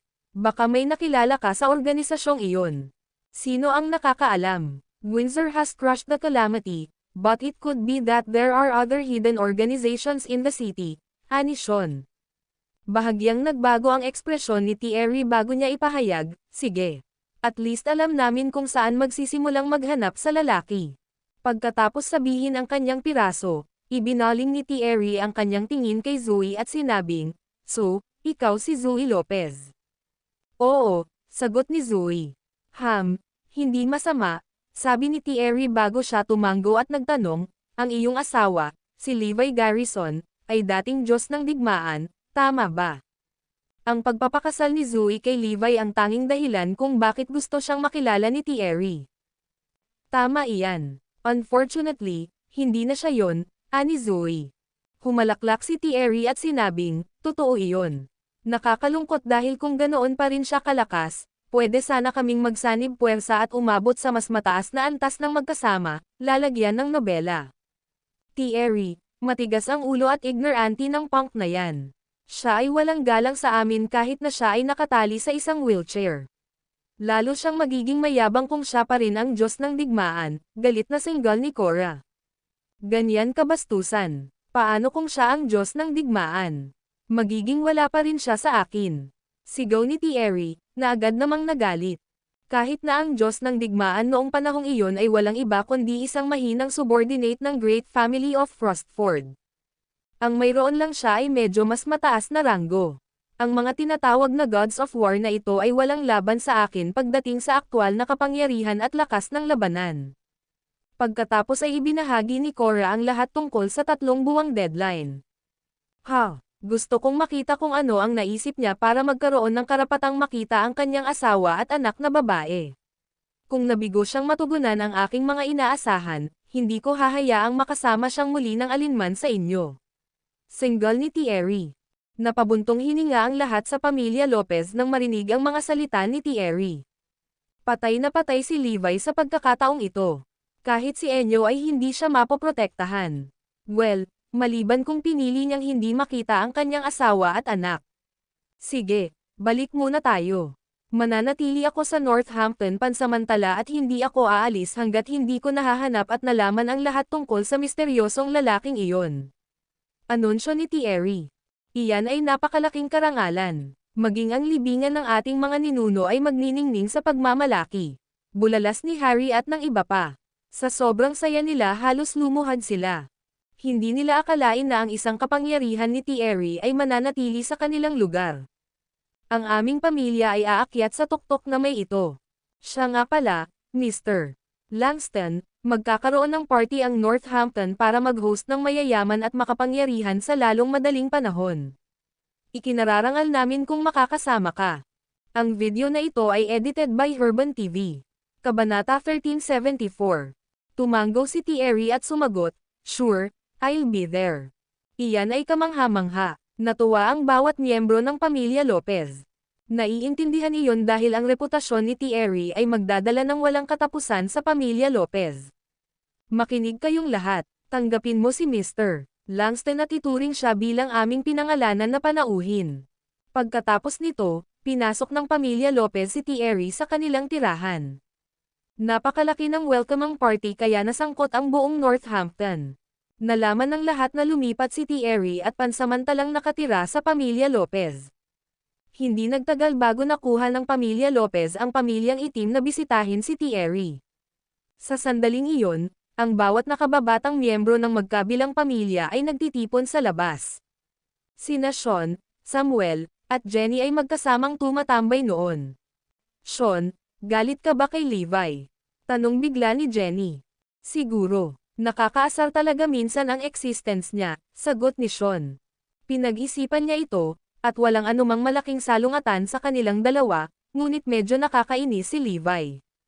Ngumiti ng masama si Jenny at nagmungkahi, "Mayroon tayong bihirang pagkakataon dito. Paano kung paalisan natin siya minsan at para sa lahat? Anong ibig mong sabihin? Ang restraining order mula sa Great Family of Westford ay may bisa pa rin, tama ba? Sa ngayon, bawal bumisita si Levi kina Zoe at Forlivia, kaya bakit hindi natin siya lagyan ng bitag? Pwede natin siyang imbitahan sa welcoming party, at hindi, maiiwasang makita niya si Zoe doon. Hindi siya sinasadyang lumabag sa restraining order, hindi ba? Sabi ni Jenny. Ang mga mata ni Sean ay kumikinang habang siya ay nagkomento, ang paglalabag sa kanya ng mga patakaran sa harap ni Thierry, makikita iyon bilang isang tahasang hamon laban kay Thierry. Siguradong malupit siyang parurusahan ni Thierry dahil dito. Iyan ay isang tunay na napakatalino na pamamaraan. Sige, ipapadala ko kaagad ang aking mga tao para gawin ito. Ipapa-attend natin si Levi sa party mamayang gabi. Tumawa din ng malakas si Melanie na nakatayo sa gilid. Napabulalas siya, great. Sa pagkakataong ito, kahit si Enyo ay hindi magkakaroon ng dahilan para protektahan siya. Napahamak si Levi. Napalingon sina Jenny at Logan at ngumisi. Siguradong sasalubungin ni Levi ang kanyang wakas sa pagkakataong ito. Mawawala sa kasaysayan ang party ngayong gabi. May chismis na gumastos sila ng malaki sa party. Magugulat at matutuwa si Levi na nakatanggap ng isang invitation card, at hindi niya malalaman na ito ay isang trick. Makalipas ang ilang oras, talagang nagulat si Levi nang makitang inimbitahan siya. Pinag-isipan niya ito habang sinasabing, sige, hulaan ko na pupunta ako sa party. Ang sagot niya ay ikinatuwa ni Sean at ng iba pa. Ang tanging inaalala nila ay baka tumanggi si Levi na magpakita. Tungkol naman sa iba pang miyembro ng pamilya Lopez at Black, wala silang alam tungkol dito. Bago pumunta sa party site, sinadya ni Sean si Judy at tinanong, Ms.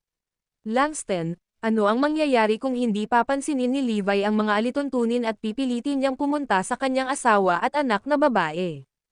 Isang mabangis na sulyap ang lumabas sa mga mata ni Judy.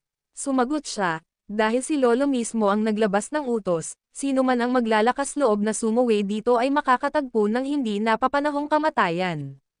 Kung tungkol sa Great Family of Westford, ang mga salita ni Lolo ay batas at dapat sundin. Lalagyan ng nobela. Nang marinig ang mga salitang iyon, nakahinga ng maluwag si Sean at iba pa. Iyan ay magandang malaman. Ibig sabihin, tiyak na mamamatay si Levi kapag nakapasok na siya rito. Tumawa si Logan at sinabing, kunin natin ang lahat ng kanyang mga organo pagkatapos niyang mamatay. Grabe, nakakamangha ang kidney niya. Ang aking katawan ay naging mas malusog mula noong operasyon. Siyempre kinukuha natin ang mga organ niya. Sa totoo lang, I would want to have his kidney also, but I am terrified about surgery, nakangiting pagbabahagi ni Sean. Ngumisi sa amusement sina Jenny at Melanie na para bang nagtagumpay sa kanilang plano. Mas maganda ang pakiramdam ko kapag iniisip ko lang ang tungkol sa pagkamatay niya. Ang party noong gabing iyon ay ginanap sa yung lokasyon sa buong Northampton. Gumastos sila ng malaking halaga sa mga dekorasayon, at sa totoo lang, malapit na silang bunutin ang sahig at palitan ito ng ginto. Para silang tinatanggap ng isang emperador. Si Thierry at Judy ay nagpakita sa lugar ng party habang nilalayaw ng mga Lopez at Black na pamilya. Ang buong Northampton ay nasa sabik. Tumayo sila sa dalawang tuwid na linya at sabay na nag-cheer. Hindi nagtagal bago dumating sina Levi at North Skylord. Gustong malaman ni Levi kung anong pakana ang pinaglalaroan sa kanya. Bakit nila ako pinadalhan ng invitation card? Ang video na ito ay edited by Herban TV. Kabanata 1375. Bukod doon, gusto ni Levi na makita kung ano ang kalagayan ni Zoe at Forlivia. Kahit may invitation card, dapat mahirap para kay Levi na makapasok sa party site, lalagyan ng nobela. Gayunpaman, si Sean ay sadyang gumawa ng kanilang mga pagsasaayos, kaya't si Levi ay madaling pumasok sa lugar. Nandito na si Levi. Oo, malapit nang magkatotoo ang aming hiling. Excited nang umisi si Sean at ang iba nang mabalitaan nila ang pagpapakita ni Levi. Sa kabilang banda, alam din ni Levi ang pagkakakilanlan ng taong nagpadala ng invitation card. Nahulaan niya kaagad ang intensyon ng mga salarin. Gusto nilang manloko ng ibang tao para gawin ang kanilang maruming gawain. Tumawa si Levi. Sa tingin ba nila masisira ako ni Thierry? Please, Ang lalaki ay maaaring 10 beses na mas matapang, at hindi pa rin siya magkakaroon ng lakas ng loob na sundan ako. Napakagago ng mga idiot na iyon. Samantala, ang mga miyembro ng Great Family of Westford ay tinatamasa ang paghanga ng lahat. Nagustuhan nila ang atensyon at nagtataka kung bakit hindi sila dumaan kanina. Nanghihinayang pa nga silang magpakita ng huli. Dapat nag-enjoy na lang tayo dito. Sa kabilang banda, tumaas ng husto ang kapangyarihan ng Pamilya Lopez. Ang pamilya at mga individual na dating hinangaan ng Pamilya Lopez ay bumaling at ngayon ay lubos na gumagalang sa Pamilya Lopez. Ang Pamilya Lopez ay umabot sa ibang antas. Natural, natuwa sina Thierry at Judy sa kinalabasan ng party. Si Thierry, gayunpaman, ay tumawa at sinabing, gaano kaganda kung ang binatang iyon ay magpapakita dito sa party. Bahagyang nagpout si Judy at itinuro, Lolo, hindi magpapakita ang mga makapangyarihang lalaki sa mga party. Hindi ba't kadalasang mas gusto nila ang katahimikan kaysa tumambay sa maraming tao? Totoo yan. I guess it's not possible for us to meet him here, then, ani Thierry habang hinahaplos ang kanyang balbas. Mabilis na nagambag si Harry at nagmungkahi, Thierry, lahat ng makapangyarihang tao ng Northampton ay natipon dito ngayong gabi. Dapat nilang malaman ang halos lahat tungkol sa Northampton. Pwede natin silang tanungin tungkol sa lalaki. Okay, sagot ni Thierry habang tumatango. Pagkatapos noon, pinapunta ni Thierry si Judy para makisalamuha sa iba pang mga kabataan. Ang mahusay na pamilya ng Westford ay kailangang magtayo ng isang pundasyon doon, kaya makabubuti kay Judy na makihalubilo sa kanila. Itinuring ng lahat si Judy na parang isang prinsesa habang sila ay nagtitipon at walang katapusang papuri sa kanya. Napakaraming lalaki ang nagpakita ng interes na ligawan siya, ngunit wala sa kanila si Judy. Kahit ang mga tagapagmana ng 4 na mahusay na pamilya ay hindi nakuha ang kanyang atensyon. Sa sandaling iyon, isang tao lang ang nasa isip niya. Inis kanya ang paligid. Malamang, ngunit katutubo pa rin niyang umaasa na lalabas siya. Ms. Langston, ano ang hinahanap mo? Curious na tanong ng iba. Wala kang kinalaman iyan, naiinip na reklamo ni Judy. Biglang nagningning ang mga mata niya dahil may nakita siyang panandaliang figure. Kamukha niyan. Parang magkapareho. Click, click, click. Agad namang lumapit si Judy. Nakita niya si Levi, at sigurado siyang ang taong iyon ang nakilala niya kanina. Teka, yung tipong hindi lang kamukha ng taong nakilala natin kanina. Siya yung lalaking nakilala namin kanina. Oy, sabihin mo sa lolo ko na nakita ko ang lalaking nakilala natin kanina, malakas na utos ni Judy habang papalayo. Ang iba pang miyembro ng Great Family of Westford ay mabilis na nagbahagi ng balita kay Thierry. Ano? Nagpakita talaga yung lalaki. Hindi ko nahahayaang mawala muli ang pagkakataong ito. Anunsyo ni Thierry nang tumayo siya at hiniling, hanapin mo siya. Huwag maglaan ng lakas tao at hanapin siya. Agad namang sumunod ang lahat sa pangunguna ni Thierry. Sinimulan nilang hanapin si Levi. Ang mga partygoers ay hindi kahit naisipin ito. Anong klaseng lalaki ang misteryosong lalaki? Paano niya na-excite si Thierry? Pinangunahan pa ni Thierry ang kanyang team ng personal para lang mahanap ang lalaki. Hindi na umusad ang party pagkatapos noon. Abala ang lahat sa paghahanap sa misteryosong lalaki. Ang video na ito ay edited by Urban TV. Kabanata 1376. Sa kabilang panig, sina Sean at ang kanyang mga kalaro ay nagkataong nakasalubong si Levi, na noon ay naka-wheelchair. How dare you show here, Levi? Hindi ka aalis sa lugar sa isang piraso ngayong gabi. Banta ni Sean at sa iba pa. Gagawa na sana sila ng eksena nang makatanggap sila ng tawag mula sa kanilang pamilya. Isang utos ang inilabas. Hinanap nila kaagad ang misteryosong lalaki. Pero, natigilan si Sean at ang iba pa. Anong meron sa lahat? Bakit nila hinahanap ang misteryosong lalaki? Dapat ay si Levi ang hinahanap nila. Mayroon kaming isang pambihirang pagkakataon upang mapupuksa siya minsan at para sa lahat. Paano nagbago ang mga bagay ng husto? Bale, kailangan nating hanapin ang misteryosong lalaki ngayon. Walang choice si Sean at ang iba pa kundi panoorin ang pag-alis ni Levi. Hinanap nila ang misteryosong lalaki pagkatapos noon. Habang ginagawa nila iyon ay nabangga nila si Judy na parang baliw na tumatakbo. May nakita ka bang naglalakad? Excited na tanong ni Judy. Hindi, wala kaming nakitang tao dito, sagot ni Sean at ng iba pa. Si Levi lang ang nakalampas sa rutang iyon, ngunit tuluyan na nilang binaliwala ang pag-iral niya. At saka, hindi nila akalain na si Levi ang misteryosong lalaki. Okay, nakita ko siyang dumaan, pero baka sobrang lakas niya kaya nag-zip siya sa ibang lugar. I'll go look for him, sabi ni Judy habang tumalikod para umalis.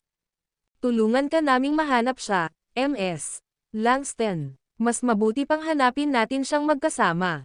Mabilis namang humabol si Sean at ang iba pa kay Judy. Kaya naman, naging search party ang party na naghahanap ng lalaki. Samantala, naglalaro sina Zoe at Forlivia sa lounge. Nang makita ng batang babae si Levi, ang una niyang ginawa ay tumakbo at bumati, "Tatay! Tatay! Anong ginagawa mo dito?" Halatang kinakabahan si Zoe nang makita siya doon. Galit pa rin siya sa inasal nito kanina, at hindi pa niya ito napapatawad, pero nag-aalala rin siya sa kaligtasan nito. Personal na ipinadala ni Thierry ang order na iyon. Magiging delikado ang mga bagay kung makikita ng iba si Levi dito. I was invited, sagot ni Levi habang winawagayway ang invitation card na dala niya. Isang invitation card. Sino ang nagbigay nito sa iyo? Tanong ni Zoe habang sinusuri ang card. Tama, hindi dapat bigyan si Levi. Malamang galing kay Sean at sa mga kaibigan niya. Baril. Sila ay naglalayong sirain ka. You have to leave now, udyok ni Zoe. Ang lahat ay umalis upang hanapin ang misteryosong lalaki, ngunit tiyak na mahuhuli si Levi nang bigla silang dumobble pabalik. Malalagay siya sa panganib. Dahil nakita mo na ang kalagayan namin ni Evie, umalis ka na, udyok ni Zoe. Napangisi si Levi at sumagot, okay, then. Bibisita ulit ako sa'yo Evie. Pagkatapos gawin ang kanyang pangako, nakuha ni Levi ang North Skylord na itinulak siya palayo at tumungo sa labasan. Sina Thierry at Judy ay hinanap ang bawat pulgada ng lugar noon, at wala silang iniwang mga bato. Sa kasamaang palad, hindi pa rin nila mahanap si Levi kahit saan. Para siyang nawala sa hangin. Ang lahat ay pumunta sa pasukan upang hanapin ang lalaki, ngunit wala rin siya doon. Sa pagkabigo na nag-aalab sa kanilang mga puso, hanggang ay tumalikod sa pasukan at naghanda upang bumalik sa party, lalagyan ng nobela. Huwag kang malungkot, Lolo. Nakilala namin siya minsan, at magkikita pa rin kami, sabi ni Judy para magbigay ng kaginhawaan. Tumanggaw si Thierry at sinabing, tama ka. Natural lang para sa isang taong kasing lakas ng misteryosong tao na gumalaw sa hindi regular na mga pattern. Dapat magsikap ang lahat at alamin kung sino siya sa lalong madaling panahon. Huwag hayaan ang iba pang 3 dakilang pamilya na makuha ang lalaki bago tayo gawin. Wala kaming kilala na tumutugma sa paglalarawan na iyon. Kung tutuusin, parang wala namang ganyan sa North. Totoo iyon. Wala pa kaming narinig na ganyan dati. Pinag-uusapan ni Meredith at Robert ang bagay na iyon. Si Russell, na naglalakad sa harap nila, ay inisip na medyo tugma kay Levi ang paglalarawan. Pero sa estado niya ngayon, sa kabilang panig, itinutulak ni North Skylord si Levi papunta sa pasukan. Ang video na ito ay edited by Urban TV. Kabanata 1377. Malapit nang magkita ang dalawang partido. Samantala, pinaplano ni Sean kung paano niya mabunggo si Levi kay Thierry. It would so great if they meet head-on. Hindi man lang magkakaroon ng pagkakataon si Levi na humingi ng awa.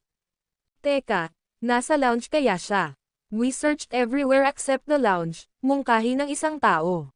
Tama, posible iyon. Bulalas ng lahat ng tumama sa kanila ang paghahayag. Agad na itinuro ni Meredith, Russell, tumakbo ka kaagad at pumunta sa lounge. Bilisan mo. Nang marinig ang utos na iyon ay napatakbo si Russell ng kasing bilis ng kidlat papunta sa lounge. Bumilis din ang iba. Mabilis si Russell, ngunit nakasalubong niya si Levi habang papunta sa lounge. Levi, anong ginagawa mo dito? Curious na tanong ni Russell. Ang pag-iisip lang kung paanong nasa likuran niya si Thierry at ang iba pa ay napawisan si Russell ng kaba. Siguradong malalagay sa panganib si Levi kapag nakita nila siya dito. Levi, sumunod ka sa akin. Manatili ka rito ng 10 minuto bago ka umalis, okay? Itinulak ni Russell si Levi sa hardin sa gilid nang hindi nag-aalok ng anumang iba pang paliwanag o binibigyan ng pagkakataon si Levi na magtanong ng kahit ano. Naintindihan naman ni Levi ang ginagawa ni Russell kaya hindi niya napigilan ang huli. Nauna si Russell sa lounge matapos itago si Levi. Hindi nagtagal at mahigit 100 bisita ang tumakbo sa koridor at nagtungo sa lounge. Hindi umalis si North Skylord kasama si Levi hanggang sa malagpasan sila ng lahat. Sa lounge, si Zoe at Forlivia lang ang nandoon na nagpakita kay Russell. Wala kang nakitang tao sa paligid, tama? Tanong ni Russell. Nakita ko si Daddy, sagot ni Forlivia. Mabilis na nagbabala si Russell. Evie, mahal, huwag mong sasabihin kahit kaninong dumating ang daddy mo, okay? Kahit magtanong pa sila. Okay, naiintindihan ko, sagot ni Forlivia habang masunurin siyang tumango. Kinausap sandali ni Russell si Zoe kung may nakita ba siyang iba. Hindi nagtagal, nakarating na sa lounge si Thierry at iba pa. Wala ba siya dito? Dismayadong tanong ni Thierry. Umiling si Russell. Zoe, may nakita ka bang tao dito? Mahigit 100 bisita ang nabaling ng atensyon kina Zoe at Forlivia. Ang dami ng taong natakot kay Forlivia. Nag-aalala si Zoe na baka mawala ang sikreto nila ni Forlivia kaya naman mabilis niyang niyakap ang anak. Hindi, wala akong nakitang tao sa paligid, pagsisinungaling ni Zoe habang nakakunot ang noo. Nakahinga ng maluwag si Russell. Well, nakaka-disappoint yon. Akala ko magkikita na tayo ng misteryosong lalaki, malungkot na komento ni Thierry. Ituloy natin ang party, mungkahi ni Judy habang kumaway. Samantala, si Sean at ang iba ay palihim na pumunta sa isang sulok para pag-usapan kung paano nila sisirain si Levi. Manood at matuto, sabi ni Jenny bago siya humakbang at sinabing, Mr. Langston, may gusto sana akong isumbong sa iyo. Ano ito? Tanong ni Thierry. Nalipat ang atensyon ng lahat kay Jenny. Gusto kong sabihin sa iyo ang tungkol kay Levi Garrison. Nakita ko siya sa party site kanina, at malamang na sumilip siya rito para bisitahin ang kanyang asawa at anak. Ang kanyang aksyon ay walang pinagkaiba sa hindi paggalang sa iyo at sa Great Family of Westford. Naglabas ka na ng utos at pinagbabawalan silang magkita. Dahil dito, tinutuyakan ni Levi. Masamang sabi ni Jenny. Pumalakpak, parehong nilalaktawan ang puso ni Zoe at Russell dahil doon. Natuklasan si Levi. Nagsimulang magdasal ang dalawa na umalis na si Levi. Kung nanatili siya, tiyak na mamamatay siya ngayon. Anong ginawa niya? Ang bastos na punk na iyon. Galit na ungol ni Thierry. Galit na galit din si Cora. Hiniling niya, bilasan mo at kunin si Levi ngayon din. How dare he more Thierry like that? Hindi ko siya mapapatawad. Naiintindihan. Nagkalat agad ang lahat. Ang video na ito ay edited by Herban TV. Kabanata 1378. Maglalagay ako ng ilang lalaki sa paligid ng compound at ikulong ko siya. Hindi siya makakatakas, saad ni Sean habang nakangisi. Si Jenny at ang iba ay nakangiti rin ng malapad.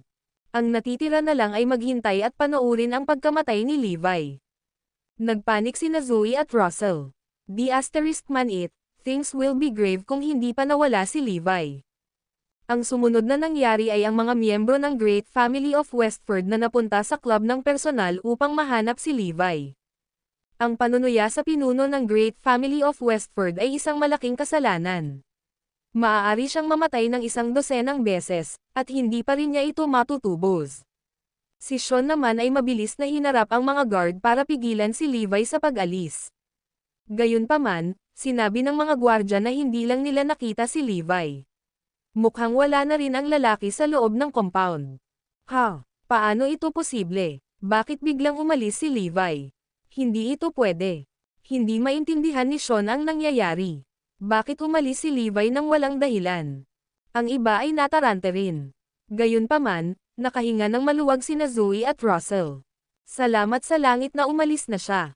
Patuloy na maghanap sa rehiyon.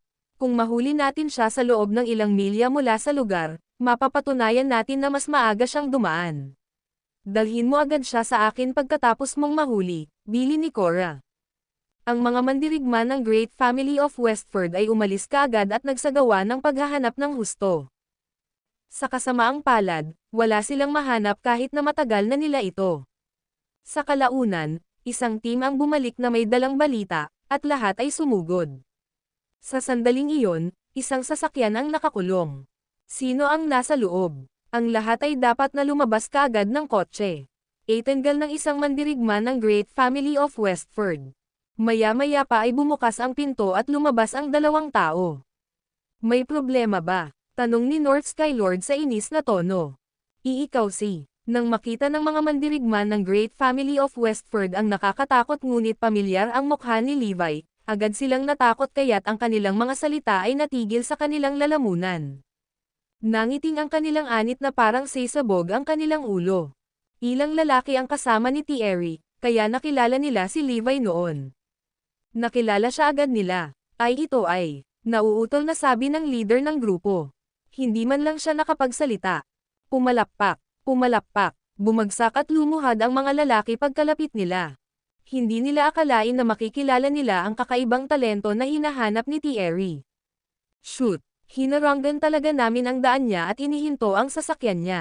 Patay na patay tayo. Kahit si Thierry ay tinatrato ang lalaki na parang VIP.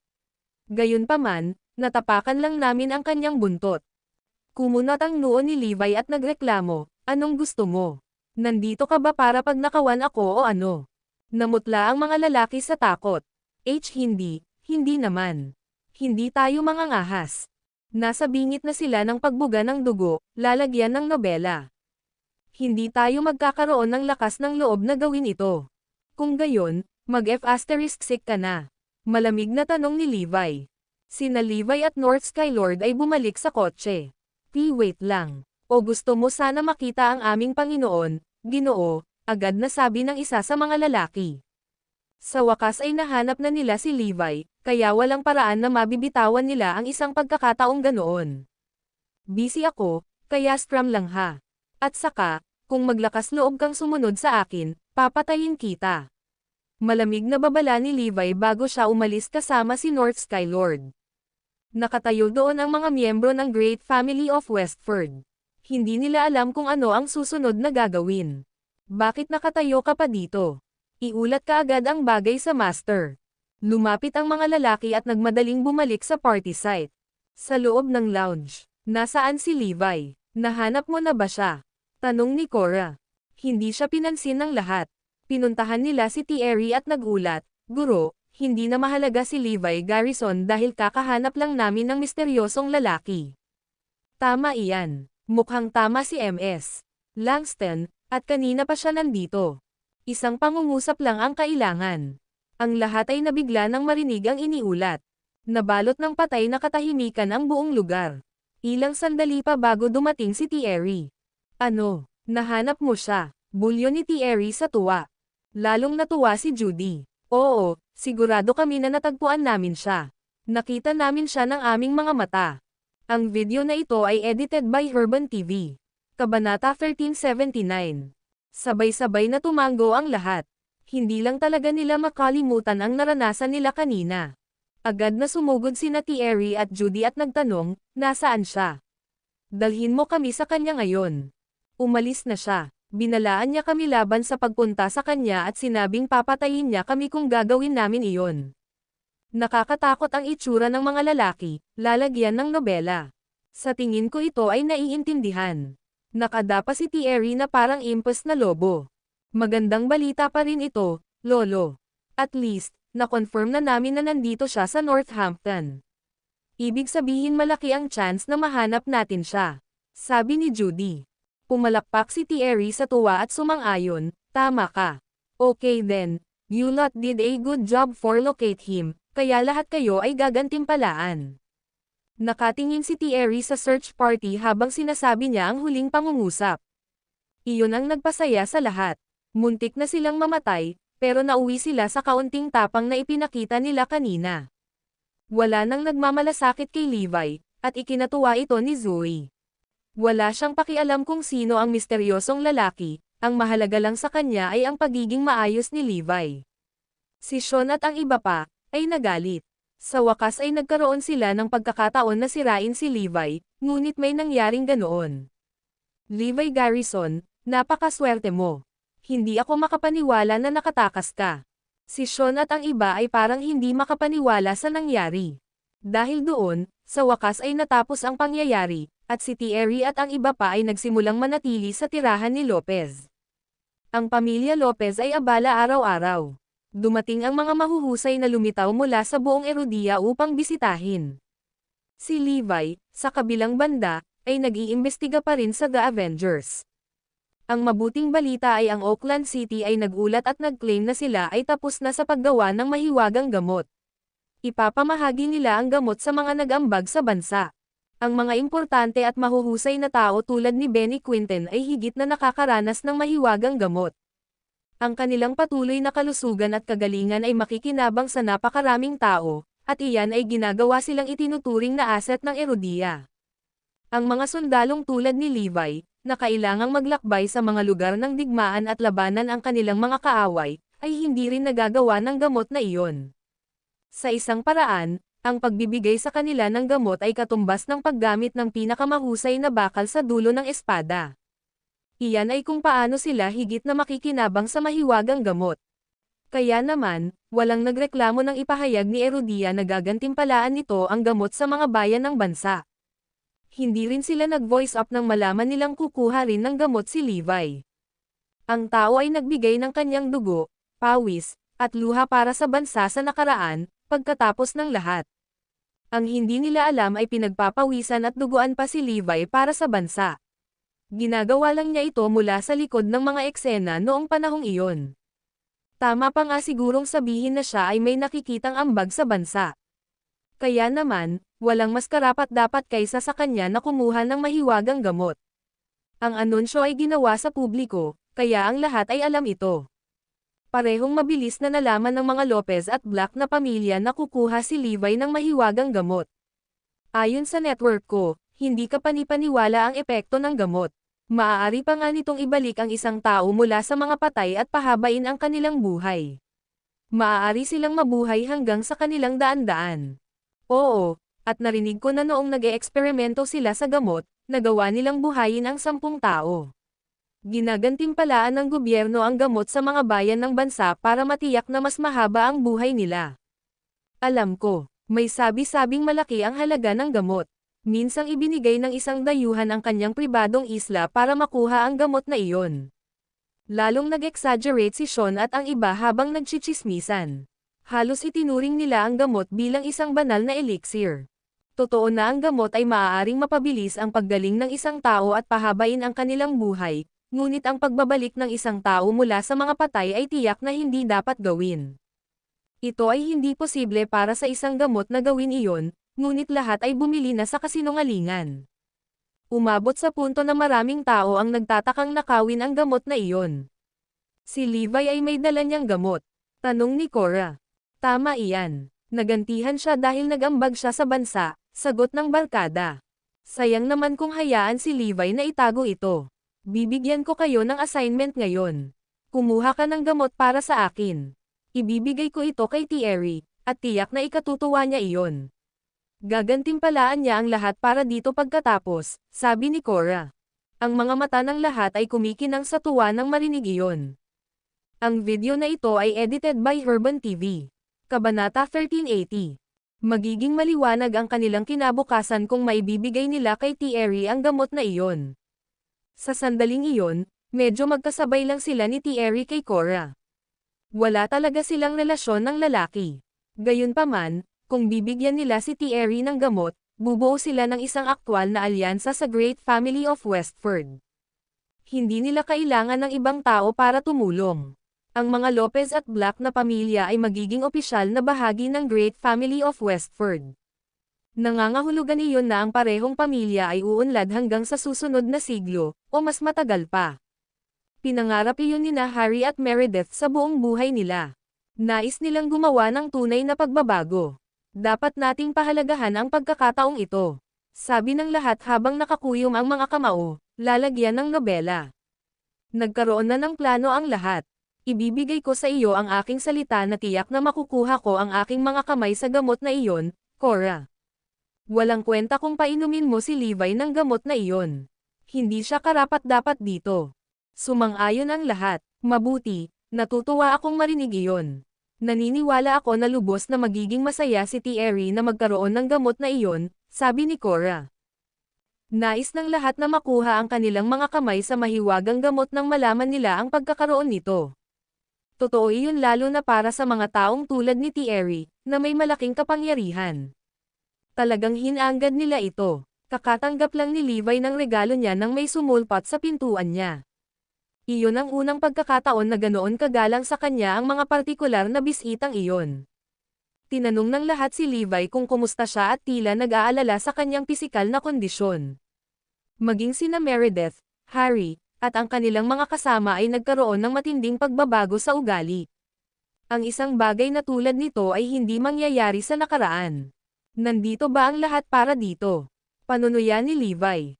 Hindi lang iyan ang dahilan kung bakit kami dumaan. Dumating kami pangunahin upang batiin ka para sa hindi ka pani-paniwalang karangalan na ibinigay sa iyo, sabi ni Meredith habang ang iba ay nakangisi ng husto.